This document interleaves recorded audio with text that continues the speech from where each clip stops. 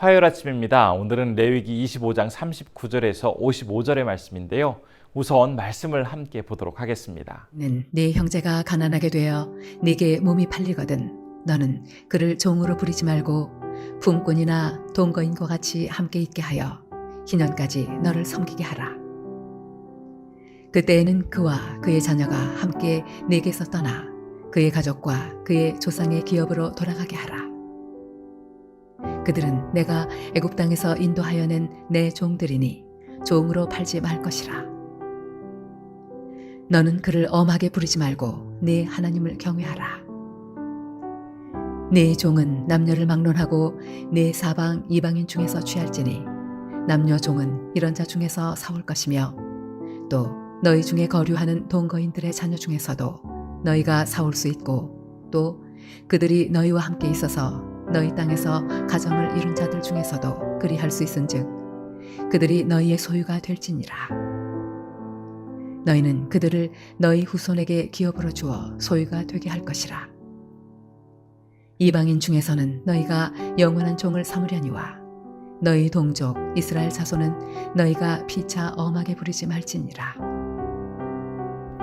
만일 너와 함께 있는 거류민이나 동거인은 부유하게 되고 그와 함께 있는 네 형제는 가난하게 되므로 그가 너와 함께 있는 거류민이나 동거인 또는 거류민의 가족의 후손에게 팔리면 그가 팔린 후에 그에게는 속량받을 권리가 있나니 그의 형제 중 하나가 그를 속량하거나 또는 그의 삼촌이나 그의 삼촌의 아들이 그를 속량하거나 그의 가족 중 그의 살부치 중에서 그를 속량할 것이요.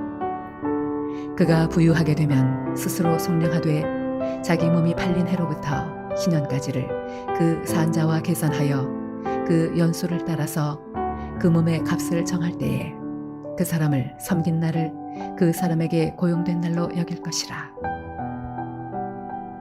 만일 남은 해가 많으면 그 연수대로 팔린 값에서 속량하는 값을 그 사람에게 도로 주고 만일 희년까지 남은 해가 적으면 그 사람과 계산하여 그 연수대로 속량하는 그 값을 그에게 도로 줄지며 주인은 그를 매년의 사건과 같이 여기고 네 목전에서 엄하게 부리지 말지니라.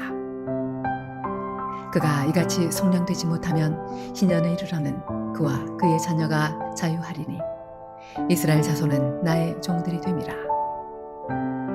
그들은 내가 애굽 땅에서 인도하여 낸 내 종이요 나는 너희의 하나님 여호와이니라. 우리가 계속해서 살펴보고 있는 레위기 25장의 말씀 중에 39절부터 55절, 바로 오늘 본문은 여러 가지 사정으로 가난하게 되어서 결국 다른 사람들에게 종으로 팔려고 하게 되는 사람들에 대해서 그들을 어떻게 대해야 하는지를 기록하고 있습니다. 본문 40절과 41절은 이렇게 증거하고 있는데요. 제가 한번 읽겠습니다. 품꾼이나 동거인과 같이 함께 있게 하여 희년까지 너를 섬기게 하라. 그때에는 그와 그의 자녀가 함께 내게서 떠나 그의 가족과 그의 조상의 기업으로 돌아가게 하라. 가난하게 되어서 팔려가게 되었을 때 같은 이스라엘 사람들끼리는 서로 종으로 삼지 말고 그 사람은 품꾼이나 동거인과 같이 대하여서 함께 지내다가 희년이 되면 다시 원래 부족에게 돌아가도록, 그래서 조상의 기업을 회복하도록 정하고 있는데요. 희년에는 품꾼이나 동거인으로 지내던 사람을 포함해서 그 가족들 모두에게 이제 자유가 주어지는 굉장히 기쁜 순간이었던 것이죠. 이러한 의미 때문에 희년을 하나님의 백성들이 완전한 해방을 경험하게 되어지는 예수 그리스도의 재림의 때에 비유하기도 합니다.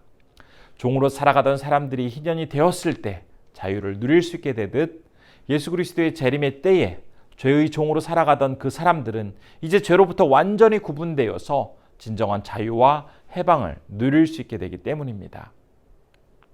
우리는 우선 이 말씀을 살펴보면서 우리에게 참된 기쁨과 영광스러운 회복을 가져다 주게 될 그 예수 그리스도의 재림의 때, 그때 영광을 다시 한번 마음속에 깊이 생각하면서 그 주님의 다시 오심을 사모하며 나아가는 그러한 자가 되기를 결단해야 하겠습니다. 다음으로 본문 44절부터 46절의 말씀을 보면 이제 이스라엘 백성들끼리는 서로 종으로 삼지 못하도록 하고 있는 반면에 이방인들은 종으로 삼을 수 있도록 하고 있습니다. 그런데 이 내용을 보면 이방인들에게는 희년이 되더라도 그 해에 주어지는 해방의 기쁨, 자유의 기쁨이 허락되지 않는 것을 볼 수가 있습니다. 앞부분에서 이야기했던 그 희년의 기쁨이 이방인에게는 주어지지 않는다라는 이 규례에 대해서 좀 불공평해 보이는 것 같은 그런 느낌도 갖게 되는데요. 어쩌면 좀 안타까운 그런 생각마저도 들게 됩니다. 그러나 이러한 규례는 영적으로 굉장히 중요한 의미를 포함하고 있습니다. 기쁨의 해, 이 희년은 오직 하나님의 자녀들에게만 주어지는 특권입니다. 그렇기 때문에 하나님의 자녀가 아닌 사람들은 한번 종이 되면 영원히 종으로밖에 살아갈 수 없는 것이죠. 이와 같이 하나님의 구원의 역사 역시 오직 그분의 자녀들에게만 주어지는 특권입니다. 그렇기 때문에 하나님과 상관없이 살거나 복음과 상관없이 살아가는 사람들에게는 구원의 은혜, 구원의 기쁨은 누릴 수 없는 것이고 영원히 죄의 종으로 살아갈 수밖에 없다는 사실을 이 말씀을 통해서 우리는 다시 한번 생각해 볼 수가 있는 것입니다. 그러나 이와는 대조적으로 47절부터 55절의 말씀을 보면 이제 이스라엘 백성들 중에서는 종이 된 사람들에 대한 내용을 전해주고 있습니다. 그들이 이제 다른 이방인들에게 종으로 팔려가게 되었을 때 영원히 종으로 그냥 머물러 있는 것이 아니라 그들은 언제라도 그 값을 다 물으면, 지불하면 해방될 수 있는 차이가 있었습니다. 또한 그들에게는 희년이 되었을 때 조건 없이 해방의 기쁨을 누릴 수 있는 그러한 아주 특별한 은혜도 허락되었던 것이죠. 비록 잠시 종으로 살아가고 있기는 하지만 결국 그들에게는 자유와 해방의 기쁨을 맛볼 수 있는 특권이 있었습니다. 특별히 이 과정에서 이제 이스라엘 사회에는 고엘이라는 제도를 시행하고 있었습니다. 동족 중에서 어떤 사람이 이제 가난하게 되어서 종으로 팔려가게 될 경우 그 사람을 해방시켜주기 위해서 그의 가까운 친척 중에서 한 사람이 그 몸값을 대신 지불하고 그 사람을 종에서 자유롭게 해주는 제도가 바로 고엘 제도입니다. 그렇기 때문에 이 고엘 제도를 통해서 자신에게는 그럴 만한 능력이 없지만 대신 그 값을 누군가가 치러주었기 때문에 자유를 누릴 수 있는 이 대속의 은혜라는 것을 사람들은 경험할 수 있었던 것이죠. 그런데 이 고엘 제도는 그 특성이 예수님의 구원 사역과 너무나 닮아 있다는 것을 알 수가 있습니다. 죄의 종으로 살아가고 있던 인간들을 위해 주님께서 직접 자신의 몸을 대가로 지불하시고 해방시켜 주셨습니다. 그렇기 때문에 인간이 자유롭게 될 수 있었던 이유는 자신의 노력으로 충분한 대가를 치루어서가 아니라 예수님께서 그 값을 모두 담당해 주셨기 때문에 대속의 은혜를 경험할 수 있게 된 것입니다. 이제 자유의 사람이 된 인간 그리고 우리들은 다시 죄의 종으로 살아갈 것이 아니라 자신을 하나님의 말씀에 철저히 순종하며 주님께 기쁨을 드리는 자로 살아가야 하겠습니다. 오늘 주신 본문에 나타난 희년제도 그리고 고엘제도는 공통점이 있습니다. 바로 자신의 힘으로 구원받을 수 없는 사람에게 외부적인 어떤 도움이 주어짐으로써 제도가 생김으로써 자유와 해방의 기쁨이 허락되어지는 그러한 제도입니다. 그렇기 때문에 그 특성이 우리의 죄를 구원하시기 위해 십자가에서 돌아가신 예수 그리스도의 구원 사역과 굉장히 일치하고 있는 것입니다.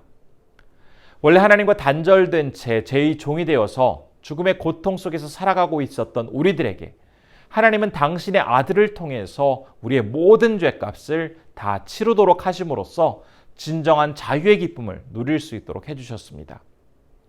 비록 예수님의 이 재림의 때까지는 이 구원이 아직 완성된 것은 아니기 때문에 여전히 우리는 죄의 유혹과 악의 습관으로부터 완전하게 자유롭게 살아갈 수는 없지만 이스라엘 백성들에게 희년이 찾아왔을 때 그때 참된 자유와 해방이 주어졌던 것처럼 우리 주님께서 재림하시는 그때에 우리를 유혹하던 모든 죄와 악한 영향력은 완전히 사라지게 되고 온전한 자유가 우리에게 주어지게 되는 것입니다.